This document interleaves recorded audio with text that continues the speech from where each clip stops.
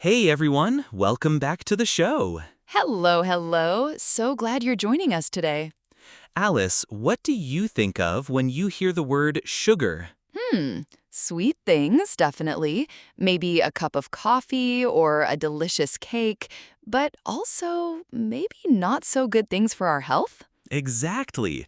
Sugar is a big part of our lives, right?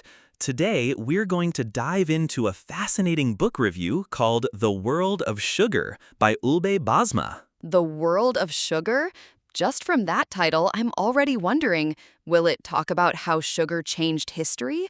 Or maybe where it all comes from? Or even the different kinds of sugar? Great questions. It could explore how sugar made some people very rich, or the hard work involved in growing it. Maybe even how it became so common in every kitchen. It's a truly global story. I love that. Let's find out what this book actually covers. Today, we'll use this book review to practice some key IELTS reading skills.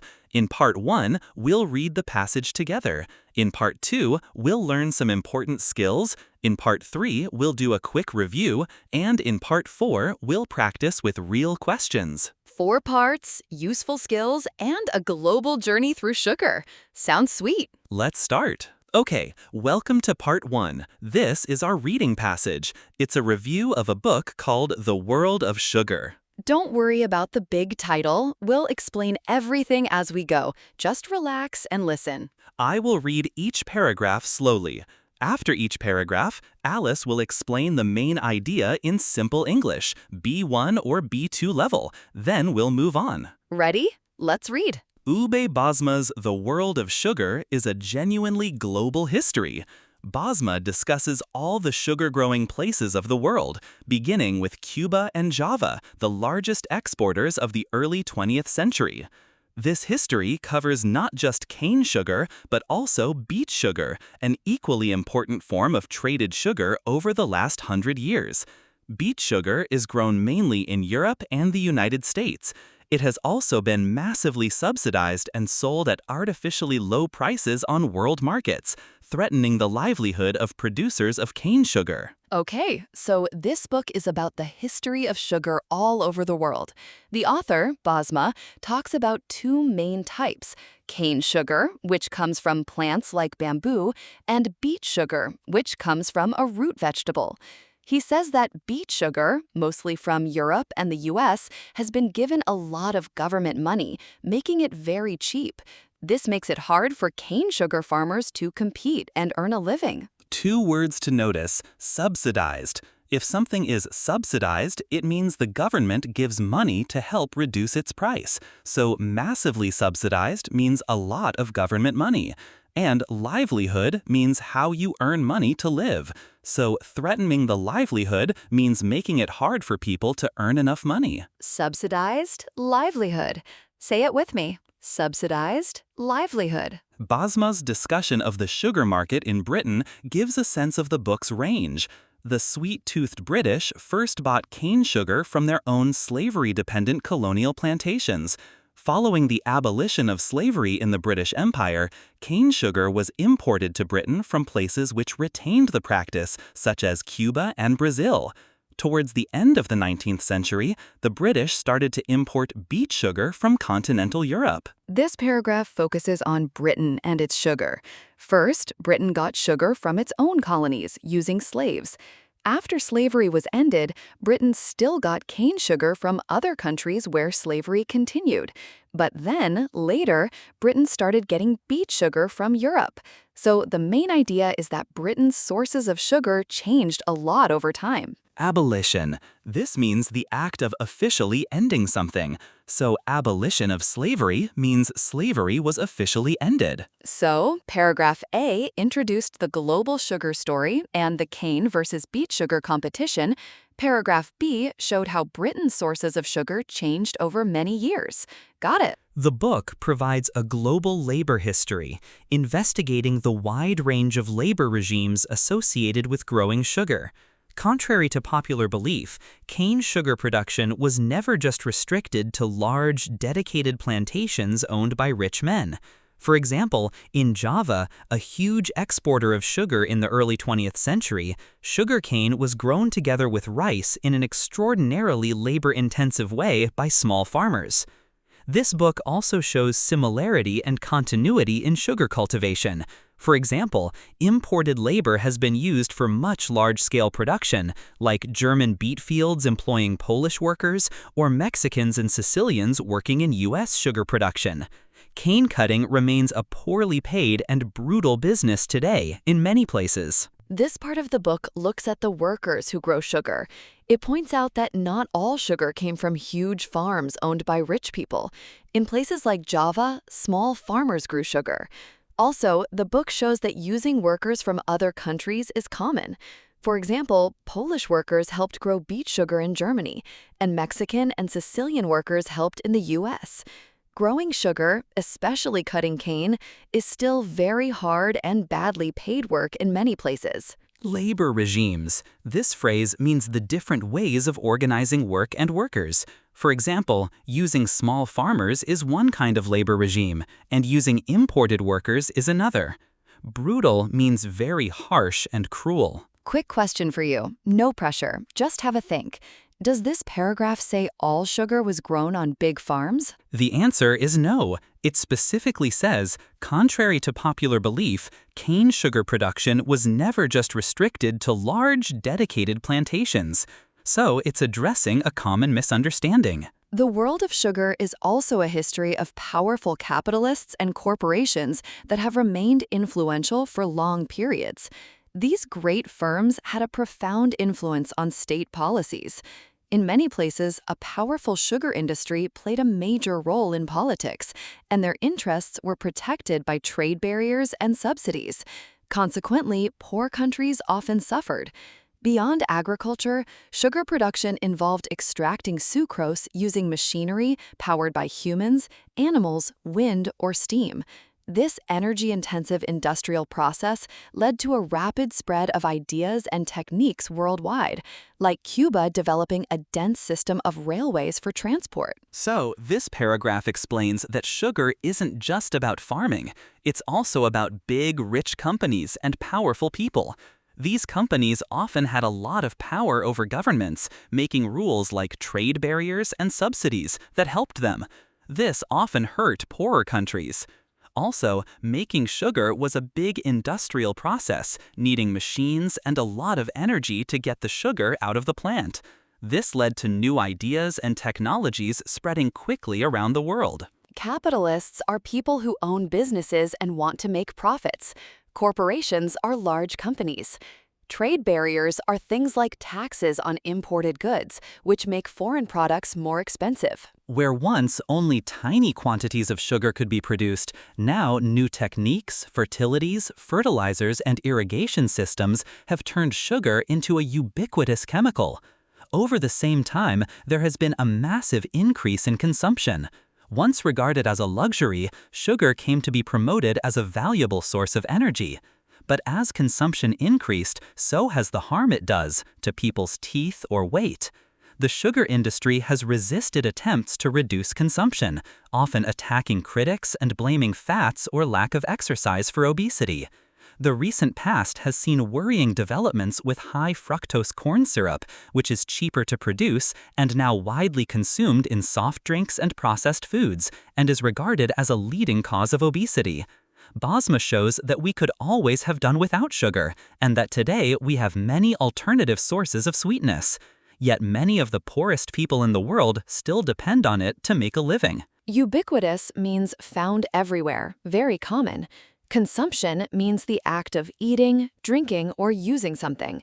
High fructose corn syrup is a type of liquid sugar made from corn. Okay, that is the full passage, 5 paragraphs. Let's quickly remember the main idea of each in case your mind wandered anywhere along the way. Paragraph A, the global history of sugar, cane versus beet. Paragraph B, how Britain's sugar sources changed. Paragraph C, the different ways sugar was grown and the workers involved. Paragraph D, the power of sugar companies and the industrial process. And paragraph E, how sugar consumption grew, its health effects, and new sugar types. So, that was our reading passage. How did you feel? Did you catch most of it? If you didn't catch everything, that is completely normal. The goal was just to get the general shape of each paragraph. Global history, Britain's market, labor, powerful companies, and modern issues. If you remember those main points, you've already done something very useful. And now we are going to learn some important reading skills that will help you understand any passage like this faster and more confidently. Let's go to part 2. Welcome to part 2. This is where we learn some key reading skills. Skills you can use to make reading easier and more effective, whether it's for an exam or just for fun. Are you ready? Let's begin with skill 1. Okay, skill number 1, David. Skill number 1. Skim the whole passage first before you read carefully. Skim? You mean read it very fast? Yes, very fast. Don't stop for difficult words, just get the general idea of each paragraph. So for our sugar passage, what's the general idea? Paragraph A introduces the global story. Paragraph B gives Britain's example. Paragraph C talks about labor. Paragraph D talks about powerful companies. And paragraph E discusses modern issues. Oh, so it's basically global intro, Britain, labor, power, modern problems. That's the same shape we just reviewed a moment ago. Exactly. And once you know that shape, finding answers becomes much faster. That makes a lot of sense. I always used to read the whole thing first, no more. Here's a tip. When you skim, only read the first sentence of each paragraph. That sentence usually tells you what the paragraph is about. Say this with me. Skim first. Skill number 2. Always read the questions first before you scan for answers. Wait, isn't that obvious? You'd think so, but many students start reading the passage in detail before they even know what they're looking for. Ah, so they waste time reading things they don't need. Exactly. If the question asks about Britain's sugar market, you already know which paragraph to focus on. So the question guides the reading, not the other way around. Perfectly said. The question is your map. Read the map before you start walking. The question is your map. Say it with me. The question is your map. Okay, skill 3. Scan for keywords. Don't read every word. Let your eyes jump to the important ones. What counts as a keyword? Names, numbers, dates, and unusual words. For example, in our passage, Cuba, Java, Britain, 20th century, high fructose corn syrup. So if a question asks about high fructose corn syrup, I just scan for those specific words? Exactly. Your eyes move down the page quickly, like a camera, looking for the important things. Like a camera. I love that. Numbers and dates are always easy to spot. If a question mentions 19th century, your eyes will find it very quickly. You know, I always thought scanning meant reading super fast. But thinking of my eyes as a camera looking for specific things makes it so much clearer. It's not about speed, it's about focus. Exactly, Alice. It's about efficiency. Skill 4 is a really useful one. Watch for paraphrasing. What do you mean by paraphrasing? The question will almost never use the exact same words as the passage. It will use synonyms instead. Can you give me an example from our sugar passage? Sure. The passage says, threatening the livelihood of producers of cane sugar. A question might say, making it hard for cane sugar farmers to earn money. Oh, threatening the livelihood becomes making it hard to earn money, and producers becomes farmers. Exactly. Same meaning, different words. That sounds hard. It gets easier with practice, honestly. The skill is simply, don't look for the same words, look for the same meaning. Say that again, David. I want to remember it. Don't look for the same words, look for the same meaning. Don't look for the same words, look for the same meaning. Say it with me. Skill 5. Find the topic sentence. Usually, the first sentence of a paragraph tells you what the whole paragraph is about. So in paragraph D, the first sentence says, the world of sugar is also a history of powerful capitalists and corporations. Right. So immediately, you know, this paragraph is about the influence of powerful businesses. So I don't need to read the whole paragraph carefully unless the question is about powerful businesses. Exactly right. The topic sentence is like a sign on a door. It tells you what is inside before you open the door. Let's practice. Listen to this first sentence from paragraph E. What is the paragraph about? Where once only tiny quantities of sugar could be produced, now new techniques have turned sugar into a ubiquitous chemical. The paragraph is about how sugar production has changed and become very common. Did you get it right? Skill 6 is the one that trips learners up the most, but it's really just a small logic puzzle. True, false, not given questions. Oh no, I always get confused with not given. Everyone does it first. Here is the key difference. True means the passage says the same thing as the statement. False means the passage says the opposite. Not given means the passage simply does not mention it at all. So, not given does not mean false. It just means the passage is silent, no information. Exactly. The passage is silent. Say it with me. The passage is silent. And here's a little trick this question type likes to play. Sometimes the statement says all or always, but the passage only talks about some. That's usually a false. The statement went too far. Ooh, so watch out for words like all, every, always, never. Good tip. Okay, let me test you. Here is a statement based on paragraph C. Cane sugar production was always restricted to large plantations. Paragraph C says, contrary to popular belief, cane sugar production was never just restricted to large plantations. So the statement says always restricted, but the passage says it was never just restricted. That's the opposite. So the answer is false. Correct. Now try this one. Small farmers in Java primarily grew sugar for export. Paragraph C mentions small farmers in Java grew sugar, but it doesn't say if it was primarily for export or for their own use. It just says they grew it in a labor-intensive way. So the answer is not given. The passage is silent about their main purpose for growing it. Perfect. You just used skill 6 correctly. Skill 7? Manage your time. If one question is taking too long, skip it and come back later. But isn't it bad to leave a question unanswered? It's worse to spend 5 minutes on one hard question and lose time for 5 easy ones. Oh, so one hard question can cost you many easy points. Exactly. Always guess something, mark it, and move on. You can come back at the end if you have time. A good rule of thumb, roughly 1.5 minutes per question. If you're still stuck after that, move on and come back later. And our last skill, skill 8, guess unknown words from context. You will never know every word, and that is completely normal. Oh, that is so good to hear. For example, imagine you don't know the word ubiquitous in paragraph E, but the sentence talks about new techniques and massive increase in consumption and that sugar is everywhere. So I can guess, ubiquitous must mean something like found everywhere or very common. I don't need the exact dictionary definition.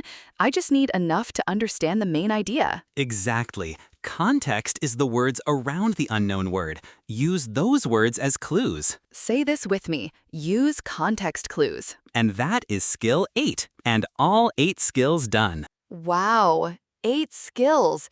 That was a lot. But I feel much more confident now. You should. These are real, practical skills that every good reader uses. And the important thing is, these skills work together. Skim, read the questions, scan for keywords, watch for paraphrasing, topic sentence, true, false, not given, time management, context clues. They are a team. All 8 working together. Let's go review them quickly. Before we move on to part 3, David, where can students practice these reading logic skills? Definitely check out IELTSlogic.com. It offers full reading passage breakdowns, listening practice, and speaking logic chain training. That's awesome! Built by system architects to sharpen your analytical thinking.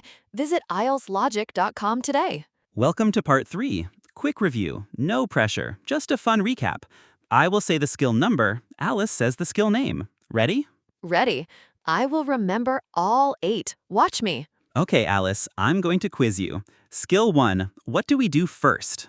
Read every single word very carefully from beginning to end? Ha, no, that's the opposite. Skim first, get the big picture. Right. Skim first. I knew that. Okay, my turn to quiz you, David. What's skill 2? Skill 2, read the questions before you scan. The question is your map. Correct. Okay, your turn to ask me. What's skill 4? Skill 4, what should we watch for? Watch for paraphrasing. Don't look for the same words, look for the same meaning. Excellent, you got that one. All right, the rest I can just list. Skill 3, scan for keywords. Skill 5, find the topic sentence. Skill 6, handle true, false, not given carefully. Skill 7, manage your time. And skill 8, guess unknown words from context.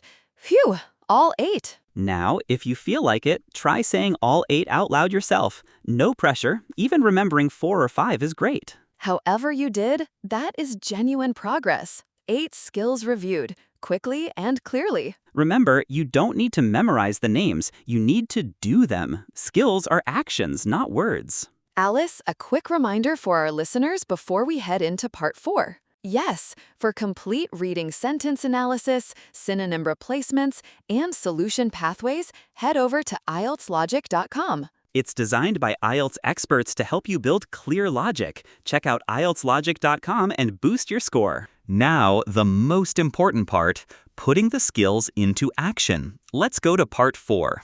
Welcome to part 4, practice time.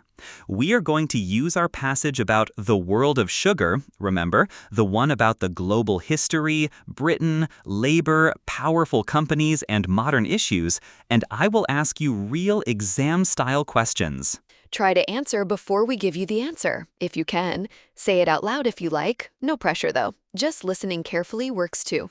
After each question, we pause. Then we go back to the passage, look at the exact line, and explain the answer. Question 27. What does the reviewer suggest about the cultivation and trading of sugar in the first paragraph? A. Sugar has played a major role in international relations. B. Beet sugar has been made more internationally competitive. C. Cane sugar is thought to be of superior quality to beet sugar. D. New locations for cultivating sugar have increased production. Let's look back at paragraph A. It says, beet sugar has also been massively subsidized and sold at artificially low prices on world markets, threatening the livelihood of producers of cane sugar.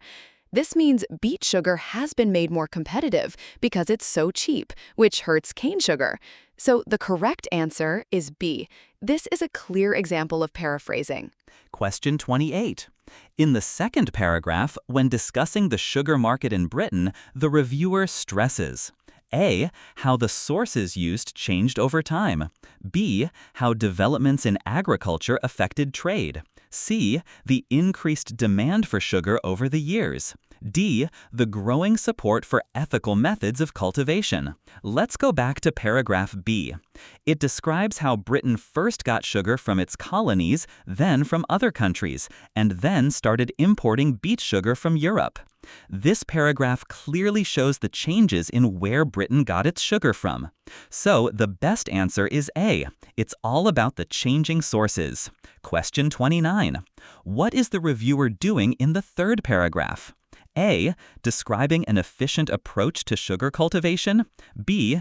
Explaining why the use of sugar plantations declined. C. Addressing a misconception about the growing of sugarcane. D. Evaluating different approaches to the cultivation of sugarcane. For this, let's look at paragraph C. The paragraph starts by saying, contrary to popular belief, cane sugar production was never just restricted to large dedicated plantations. Contrary to popular belief means against what many people think. This directly addresses a common misunderstanding. So the correct answer is C.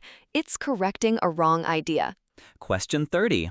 In the final paragraph, what does the reviewer suggest is the overall message of Bosma's book? A. Sugar is a harmful and unnecessary product. B. Economic pressure is needed to control sugar production. C. Conditions for workers in sugar production should be improved. D. Intensive marketing of sugar has had disastrous consequences. Let's go to the end of paragraph E. It says, Bosma shows that we could always have done without sugar and that today we have many alternative sources of sweetness. This tells us that sugar isn't really necessary. Combined with the discussion about harm to teeth and weight earlier in the paragraph, the overall message is that sugar is harmful and unnecessary. So the answer is A. Okay, let's try a different type of question now. This time, complete the summary. We need to choose the best word from a list. Question 31. The book The World of Sugar points out the similarities in the way that sugar was cultivated around the world.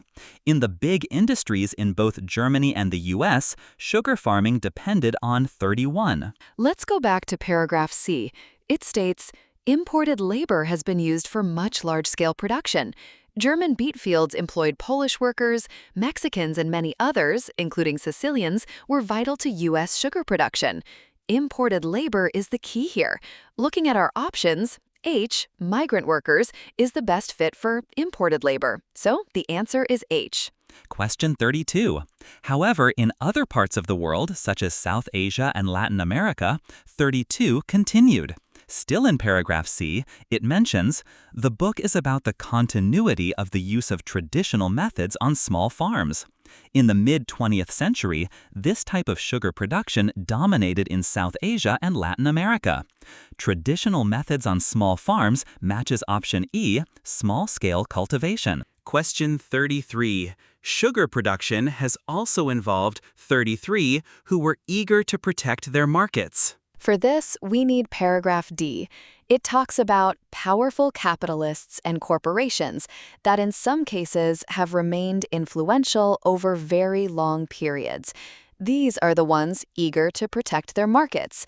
Option I, powerful individuals and businesses, is the best match for powerful capitalists and corporations. So the answer is I. Question 34.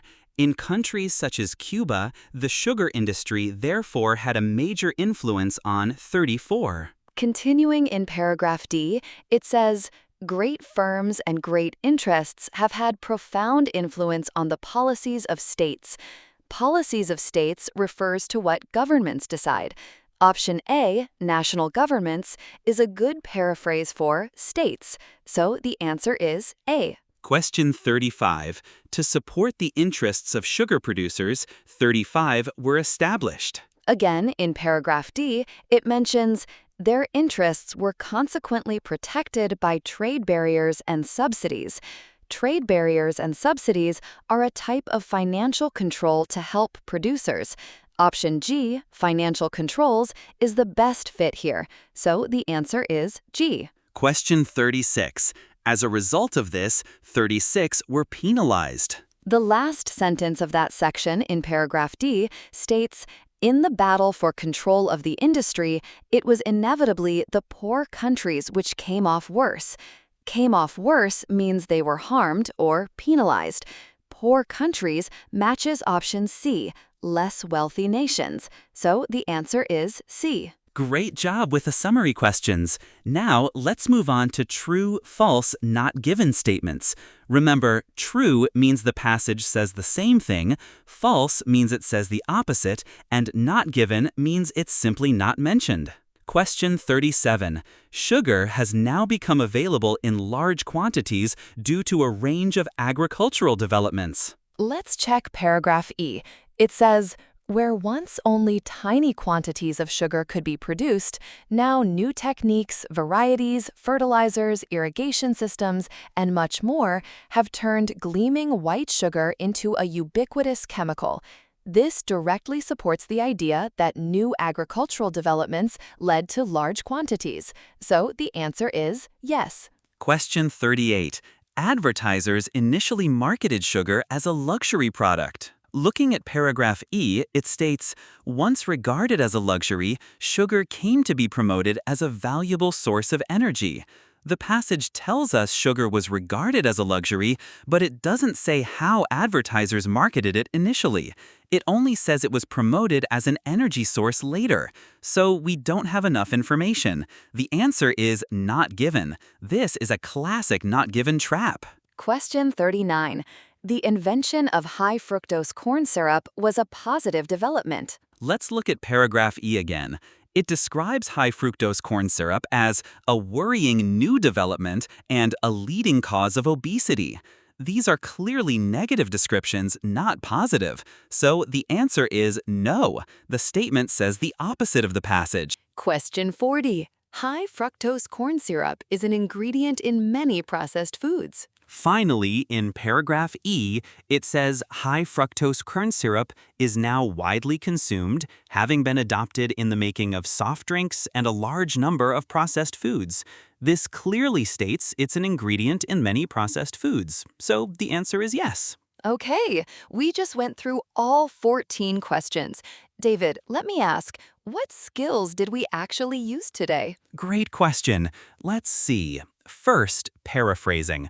Almost every question, especially the multiple choice and summary ones, required us to find the same idea in different words, like livelihood becoming earning money. Right. And for the summary completion, we had to use word type prediction too, like guessing if we needed a noun or an adjective. Then, logic signals. For the true, false, not given questions, we really had to pay attention to words like never, just restricted, or worrying new development to decide if the statement was true, false, or not given. And, of course, scanning for keywords like Britain or high fructose corn syrup was crucial to find the right part of the text quickly. So if you take one thing from today, it's this. The answer is almost never about finding the exact same word. It's about finding the same idea in different words and understanding the author's logic. Well said. Okay, let's move on to our closing. So, that is it for today. A deep dive into the world of sugar and 14 practice questions. Let's say our 8 skills one more time. Fast, skim, questions first, keywords, paraphrasing, topic sentence, true, false, not given, time management, context clues. 8 skills. Beautiful. Before we go, say this with me.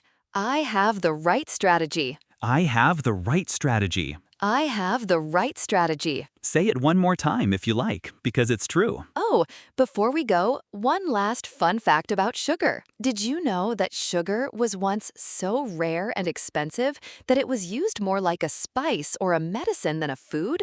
Only the very rich could afford it, and they'd often show it off by having elaborate sugar sculptures at their banquets. It was a true luxury. Imagine a sugar sculpture of a dragon for dinner. How times have changed. Right? Okay, that's it for today. Bye, everyone. Until next time, keep reading, keep practicing, and trust the process. Bye-bye.